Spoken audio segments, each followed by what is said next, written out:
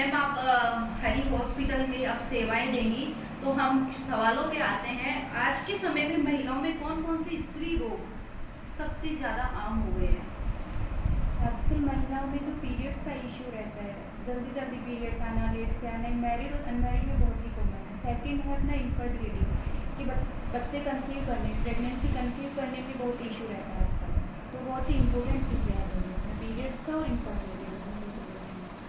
Periods की आप जैसे बात कर रहे हैं, तो आजकल का ये भी हो रखा है कि पीरियड्स पहले जब था तो 15 से 20 की एज में आता था, लेकिन आजकल हम देखते हैं तो 10 से 12 साल की छोटी छोटी बच्चियों में भी पीरियड्स स्टार्ट हो जाते हैं।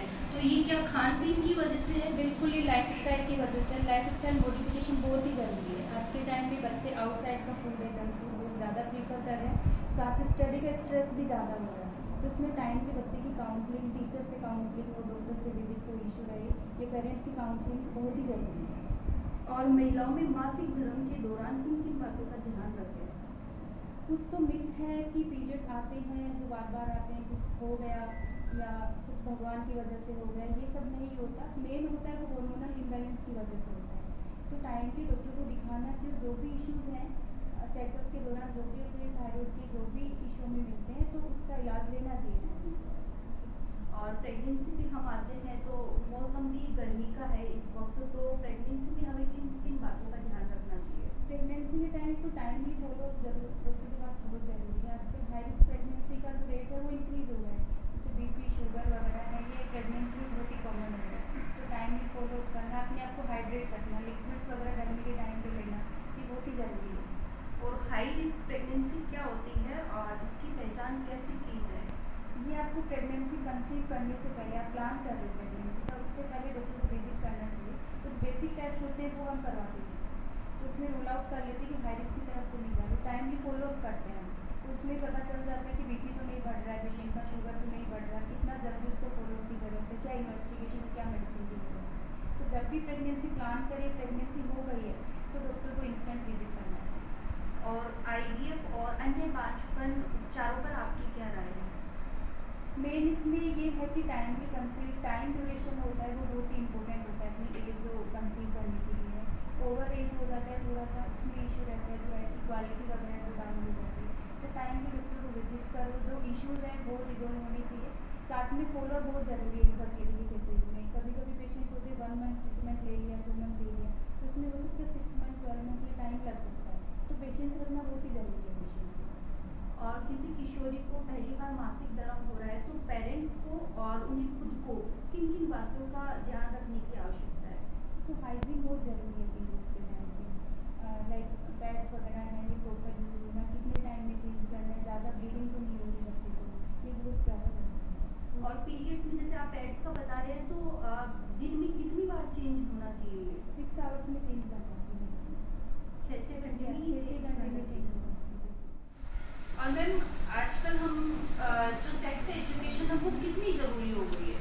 वो बहुत ज़रूरी है बच्चों के लिए सेक्स एजुकेशन। आजकल सोशल मीडिया वगैरह ज़्यादा यूज़ करते हैं, तो बच्चों को एक्साइटमेंट रहता है कि क्या होता है, बार बार फ़ोन स्क्रॉल करते हैं, चीज़ की तरफ जाते हैं। तो बेटर है स्कूल में सेक्स एजुकेशन होगा, उनको फ्रीली पता चलेगा कि क्या है इस एजुकेशन के लिए। तो एजुकेशन बहुत ज़रूरी है, तो स्कूल में सेक्स एजुकेशन बहुत ज़रूरी है कि बच्चे को जो नीड है, उसको एक्साइटमेंट है, वो चीज़ें सोशल मीडिया पे इन सब पे देखता है, तो बेटर है कि फेस टू फेस उसको सारी चीज़ें समझनी। और जैसे कि आप बता रहे हैं सोशल मीडिया पे जैसे रील स्क्रॉल करना और ये सब, तो क्या ये देखने से एक बच्चों में हार्मोन एक्टिव होते हैं, तो इसी वजह से वो कम उम्र में बड़े दिखने लग जाते हैं? ऐसा नहीं है, वो स्ट्रेस की वजह से होता है। स्क्रॉल वगैरह करते हैं तो उसको कंप्लीट जानकारी नहीं मिल पाती फ़ोन से, तो उसका एक्साइटेड रहता है पिक्चर कि मैं कहाँ देखूँ ये चीज़ें, तो बार बार फ़ोन देखेगा या फिर किसी फ्रेंड से बात करेगा, उसको फिर कंप्लीट जो भी जानकारी वो नहीं मिल पाएगी। तो बेटर है अपने पेरेंट्स से या फिर स्कूल से या डॉक्टर से मिले तो ज़्यादा अच्छा है। मैडम आप पहले भी जयपुर और दिल्ली सेवाएं दे चुके हैं, और आपका नवलगढ़ में ही ज्वाइन करना, श्री हरि हॉस्पिटल ज्वाइन करने का कैसे? मैं पहले जयपुर से मैंने ट्रेनिंग की थी, उसके बाद दिल्ली फोर्टिस हॉस्पिटल और संजय गांधी हॉस्पिटल, हॉस्पिटल है, वहाँ पे मैंने काम किया। 4-5 ईयर्स मैं वहीं थी।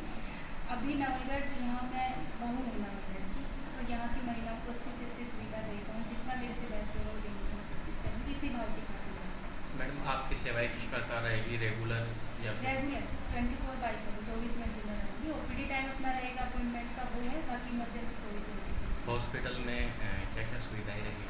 हॉस्पिटल में स्त्री रोग से संबंधित सारी सुविधाएं मेरे डिपार्टमेंट की, बाकी अपने और डिपार्टमेंट भी रही है जो काफ़ी टाइम से हैं।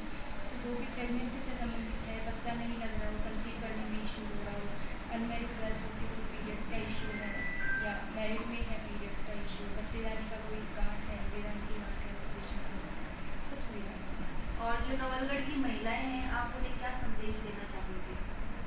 मैं यही देना चाहूँगी कि जो भी आपको इशू है, पीरियड से इशू है, कोई वाइट डिस्चार्ज है, कुछ भी है, उस चीज़ को छुपाया ना जाए। आप डॉक्टर से आके कंसल्ट करिए। जो भी आपको इशूज़ हैं, लो फील हो रहा है, हार्मोनल जो मेनोपॉज के टाइम हार्मोन्स का चेंजेस होता है, उसकी वजह से थोड़ा एंजाइटी वगैरह होता है, तो उसके लिए आके आप डॉक्टर से कंसल्ट करिए। उसकी ही बात हरी हॉस्पिटल में जो भी गवर्नमेंट की स्कीम्स है लाइक आरजीएसएस है, चिरंजीवी है, भामाशाह है, तो इन सब के अंतर्गत सारी सुविधाएं, सारा इलाज यहाँ पे होता मैडम जब डिलीवरी होती है उस समय ब्लड की भी आवश्यकता होती है है। अपने पास ब्लड बैंक की सुविधा भी है हमारे हॉस्पिटल में। नवलगढ़ एकमात्र हॉस्पिटल अपना जिसमें ब्लड बैंक की सुविधा दी, तो पेशेंट को रेफर करने की वो नीड नहीं होती, सारी सुविधाएं एक ही फ्लोर पे होती हैं।